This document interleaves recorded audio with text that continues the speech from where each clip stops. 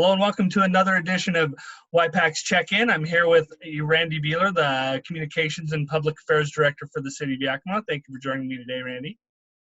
Thanks, Sean. And today we're going to touch on some pretty hard topics, economics and how the COVID response is impacting the city. Can you talk a little bit about maybe some projections for the 2020 budget and maybe even into the 2021 budget? How could this affect? Yeah, part of the challenge right now, first of all, let me say this, that we have been saying through a lot of the different communication methods that we've been using throughout the COVID-19 emergency that the city's finances are stable. And what we mean by that is right now, at this moment, the city's finances are sufficient to allow the city to continue to provide, what we may consider to be a normal level of service. Our firefighters are out there, police are out there, parks people are working, street folks are. So we're able to continue to provide services at a normal level now. That doesn't mean that that could not change in the near future. The city's senior management team, primarily the finance department and the city manager's office, are working diligently and comprehensively to analyze what these trends, what the data that we have now, which is not 100% indicative of what things may look like in the next few months, but based on some of that data that we do have, looking at shorter term and longer term projections.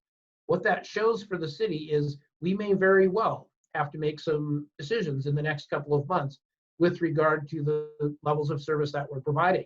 What is going on is the interim city manager, Alex Meyerhoff, has instituted a number of steps that help to insulate the city's budget a little bit from economic impacts caused by the COVID-19 emergency. For example, freezing all hiring with some exceptions, emergency personnel, fire, police, etc., 911 call takers and dispatchers, but to freeze all hiring processes, to eliminate all non-essential travel and training. And by that we mean you will not be allowed to train unless you have to train in order to be certified to do your job. Of course, then that will be allowed, but otherwise no. Purchases are being looked at very closely. Do we need to make this purchase right now, or can we defer it, delay it, or possibly even cancel that particular purchase that we planned on making? So management of a budget is not it's not a one-time thing. It's not let's propose the budget, approve the budget, and then there we are. No, it's a constant management process, a day-to-day management process. And in these particular, it's an overused term, challenging times, that is particularly important and particularly necessary and is ongoing. So that's kind of a long answer. It's hard to say. It really is hard to say where we may be as the city of Yakima in a couple of months. But right now, we're taking the time and making the effort to project and adjust accordingly. And we'll continue to do that. Right, wonderful. Now let's talk a little bit about cases. Yakima County and the Yakima area are still showing high numbers of cases. Can you talk a little bit about, will that, even no matter what the governor does over the next few days or weeks, will that affect how local jurisdictions keep local orders in place? It may. One of the things that I don't know is really resonating with a lot of people is that how the COVID-19 virus is manifesting itself is different in different areas. Snohomish County versus Yakima County, Grant County, versus Whatcom County. There are differences in how it's actually manifesting itself. Here in Yakima County, the infection rate continues to be high by comparison to other places. A lot of that has to do with a concentration of long-term care facilities in Yakima County. There are some counties, the governor said it a couple of weeks ago, maybe a week ago. Again, hard, you lose track of time. Right? Who knows, could have been 3 days ago. But he had said that there are some counties in Washington state that have no long-term care facilities. That's not the case in Yakima County. In fact, it's the opposite. We have a high concentration of long-term care facilities here, and that's where a lot of the issue has been with the COVID-19 virus, and its infection rate has been most deadly in those long-term care facilities.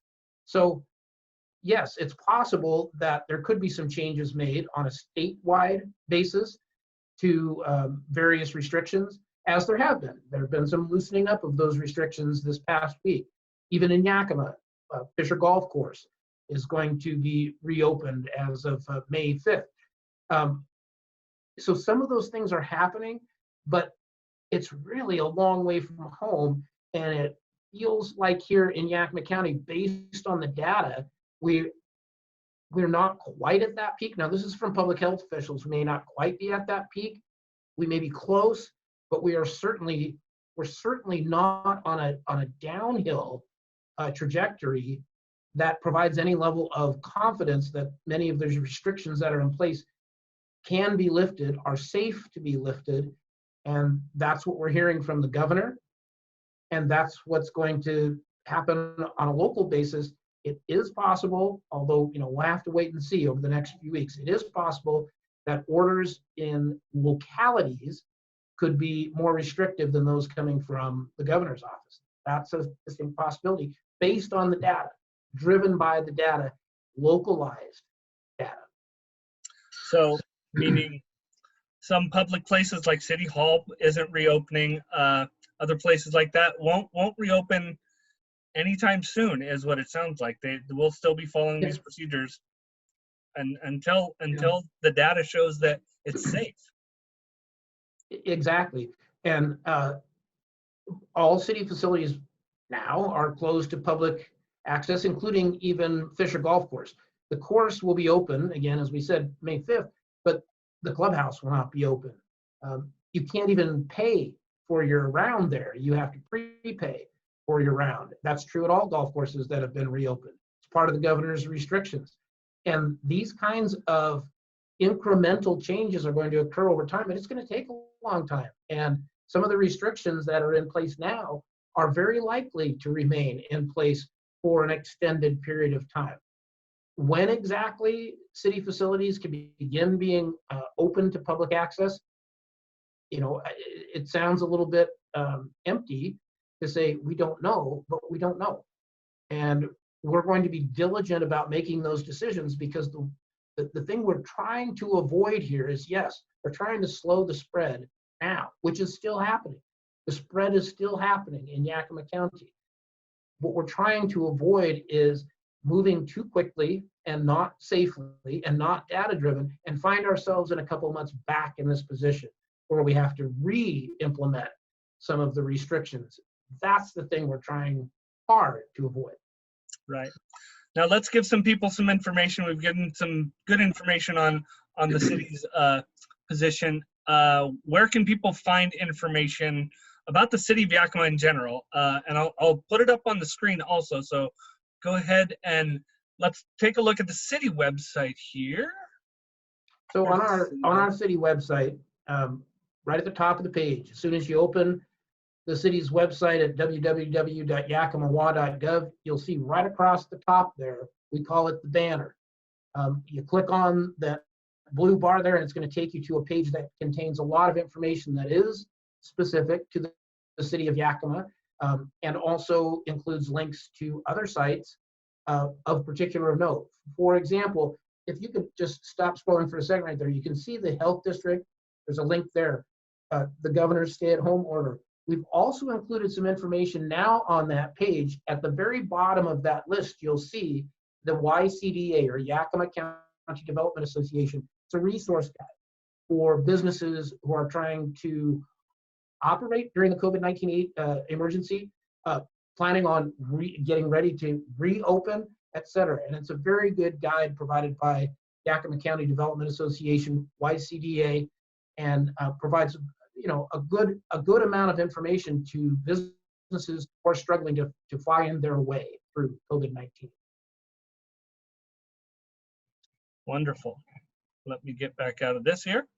And then there are also, as we were mentioning, as we look down that list of links, the Centers for Disease Control and Prevention, the Washington State Department of Health, et cetera, at the Yakima Health District. All of those can be easily accessed from that City of Yakima page and through many other means, but that's kind of a nice collection of both information and then links to additional resources. Yes, wonderful. Some of the recommendations: wear your mask in public, wash your hands a lot, common sense things to keep us all safe. Absolutely. And, you know, after a while of I think it's probably fair to say, endure a lot of these restrictions for the last, actually, it's interesting, you know, we are more than 100 days into the COVID-19 emergency in Washington State. It's been more than 100 days since the first case was identified in Washington State. Kind of hard to believe that it's been that long.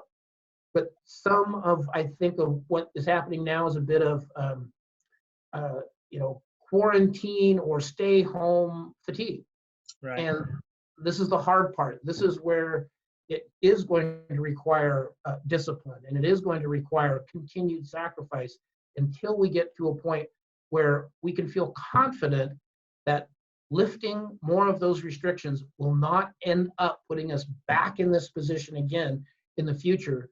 And I think everyone can probably agree that's something we want to avoid. Yes, I would love to get a haircut, but I'm sacrificing. So I don't know how much longer I can go. The Flowbee, I wonder if the Flowbee might make a comeback. So, oh boy, I mean, then we're really in trouble if we're resorting to the Flowbee. No offense, Flowbee people. But you know, so well, my hair will continue to grow, and thank you for joining me today, Randy. Thanks, Sean. I really appreciate, you know, the fact that you are providing the opportunity for this venue and for this opportunity to share information with people. It's pretty important, and I hope people are appreciating it as much as I am. And it's wonderful that we can do it with this technology. So thank you for joining us on the Yakima Check-in, and we'll talk to everybody next week.